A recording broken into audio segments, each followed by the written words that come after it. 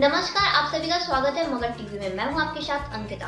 इस वक्त की अहम खबरों के कुछ समाज हो, अत्यंत पिछड़ा हो, सबको किसी एक व्यक्ति ने डराने का काम किया।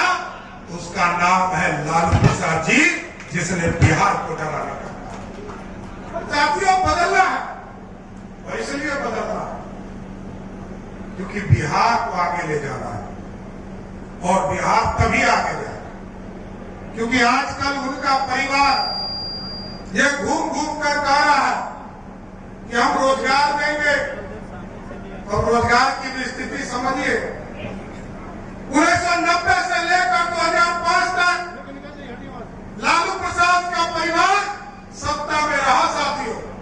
कभी वो स्वयं मुख्यमंत्री रहे और कभी अपनी पत्नी को प्रतिनिधि बनाकर सत्ता में बैठाया, लेकिन पूरे 15 साल में 94 लाख हजार को मात्र नौकरी हुई, 1 लाख भी नहीं हुआ।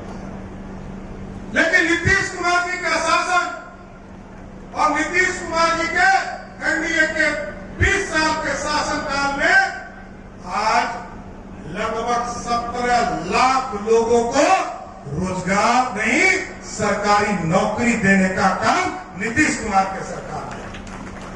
और 2020 में जब हम आए थे साथियों, हम लोगों का स्पष्ट तौर पर मानना था कि 10 लाख सरकारी नौकरी और 10 लाख रोजगार देंगे, लेकिन बढ़ता चला गया, रोजगार बढ़ता चला गया।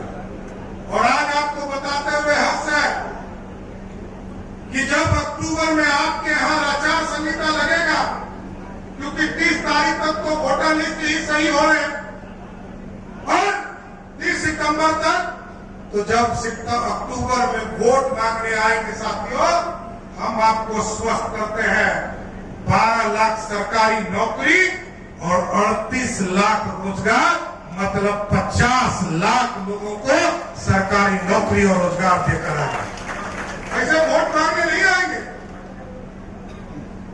क्योंकि बिहार तभी बढ़ेगा जब हमारे नौजवान बढ़ेंगे। आपने देखा, मैं कुछ दिनों के लिए स्वास्थ्य मंत्री था साथियों। 2 मार्च से लेकर 15 मार्च तक बिहार का मैं स्वास्थ्य मंत्री के तौर पर मैंने काम किया। मैंने देखा हमारे गरीब बहनें, भाई और हमारी जो बहनें हैं वो चिंतित रहती थी कि हमारे परिवार में कोई यदि बीमार पड़ जाएगा तो पैसा कौन देगा। तो जब हमने ये फैसला लिया कि जिस परिवार को मोदी जी का अनाज मिलता है, मोदी जी और नीतीश जी ये गारंटी देंगे कि जब ये हॉस्पिटल में जाएंगे तो 5 लाख तक का इलाज मोदी और नीतीश कुमार करेंगे साहब। तो मैं आश्चर्य कर रहा हूं साथियों, 2 मार्च को मैंने इसका शुरुआत किया और 17 मार्च तक मैं स्वास्थ्य मंत्री था। 2 सप्ताह में 2 करोड़ लोगों ने अपना इनरोलमेंट कराया, उससे जुड़ने का काम किया। 2 करोड़। इसका मतलब है बिहार के लोग आर्थिक रूप से समृद्ध नहीं है, आर्थिक रूप से और मजबूत करना है। इसलिए अभी आप लोगों ने देखा, हम लोगों ने बड़ा फैसला लिया कि हमारी जो बहनें हैं, विधवा बहनें हैं, हमारे जो वृद्धजन है और हमारे जो विकलांग भाई हैं, दिव्यांग जन हैं, उनको 400 रुपया का पेंशन मिलता था, उसको बढ़ाकर 1100 रुपया करने का काम नीतीश कुमार की सरकार ने किया। और मैं आश्वस्त करता हूं साहब, अभी कई साथियों ने यहाँ पर हमको चांदी का मुकुट दिया। मैं तो आग्रह करूंगा कौशल जी से और जो विनय जी से, क्योंकि यही दोनों व्यवस्थापक हैं, कि हम दोनों भाई का मुकुट ले लीजिए। मुकुट के जगह पर हमारी जो बहनें हैं उनको पायल दिलवा दीजिए, यही हमारे लिए ज्यादा बड़ी उपलब्धि होगी। हमको मुकुट नहीं चाहिए। मेरा स्पष्ट मानना है साथियों, मैं भारतीय जनता पार्टी के कार्यकर्ता, कुछ लोग चले भी गए, एमपी बन गए ना, इसमें कहीं तो अपने मैं ही राजनीति में लाया हूं। कुछ लोग चले गए, उससे कुछ नहीं होना है। राजनीति बड़ा स्पष्ट है साथियों। सत्ता के शीर्ष पर बैठेगा कौन? एक जमाना था, याद कीजिए, 60 का जमाना, जब जगदेव प्रसाद जी ने नारा दिया था 100 में 90 शोषित है और 90 भाग हमारा है। हम तो एक कर दिए। सत्ता किसने ली? सत्ता में बैठकर किसने आपको कष्ट देने का काम? लेकिन साथियों, मेरा स्पष्ट मानना है, बिहार की राजनीति तय कर चुकी है। दीवार पे लिखावट यदि आपको दिखती हो तो जरूर देखिए, नहीं दिखती हो तो मत देखिए, क्योंकि हिस्सा मांगने से नहीं होता है, हिस्सा के लिए लड़ना पड़ता है। और लड़ने के लिए एक आदमी बताओ, कई लोगों ने हमें कहा कि पिछले लोकसभा में एक भी उम्मीदवार कुशवाहा आपने नहीं दिया। मैंने पूछा कि कौन उम्मीदवार था, बता दो तो। एक आदमी का नाम बताइए, कोई भी आदमी बता सकते हैं जो भारतीय जनता पार्टी के उम्मीदवार में टिकट मांगने आया हो मेरे पास। मैं पार्टी का अध्यक्ष था, मैं ही था, मैं ही मुखिया था, मैं ही दोषी हूं।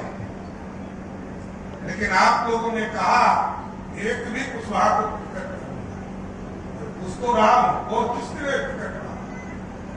उम्मीदवार को सोचिए।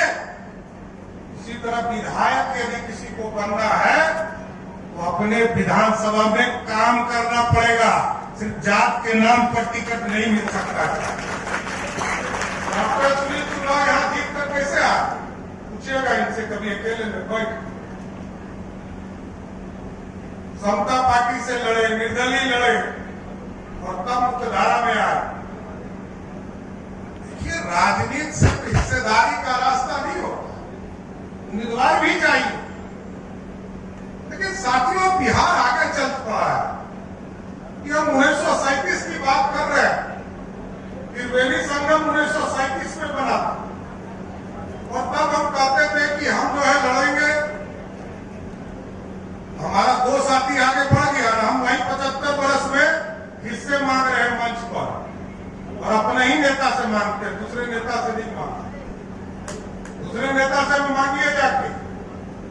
ताली बजाने का कंसेप्ट भुलाइए, ताली बजवाने का कंसेप्ट बनाइए, ताली बजाइए मत। ये समाज है और मैं यहीं जन्मा हूं, कोई बाहर से नहीं आया। इसी बिहार का पार्ट मैंने देखा और मैं तो संयुक्त बिहार में सरकार में रहा हूं साथी, और मैं एक एक राजनीतिक कार्यकर्ता को चिंता और सब फॉर्मेट में खेला हूं। मैं बिहार का ऐसा खिलाड़ी हूं जो सब फॉर्मेट का खिलाड़ी हूं। मैं एक एक आदमी को चिंता हूं, समझ गए? और मैं ये भी जानता हूं वो क्या कर सकता।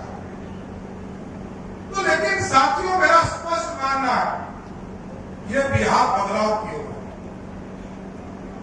आदरणीय नीतीश कुमार जी ने लंबे समय तक बिहार के लिए काम किया है और आज यदि सुशासन दिख रहा है, क्योंकि आपने 30 वर्षों तक नीतीश कुमार जी के नेतृत्व को वोट दिया है और बिहार में आज सुशासन स्थापित हुआ है।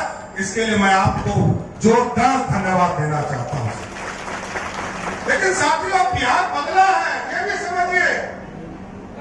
ऐसा नहीं है कि बिहार नहीं बदला। आज मेरी डॉक्टर सुनील जी ने बताया आपको कि पटना से हम चलते हैं तो हम 1.25 घंटे में गया पहुंचते हैं। पटना से चलते हैं तो 1.25 घंटे में हम बेगूसराय पहुंचते हैं।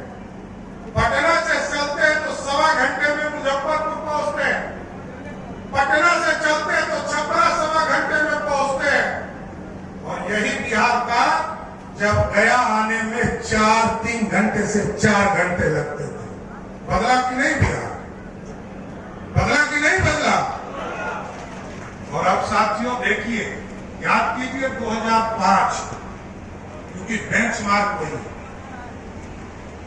बिहार में 2,47,000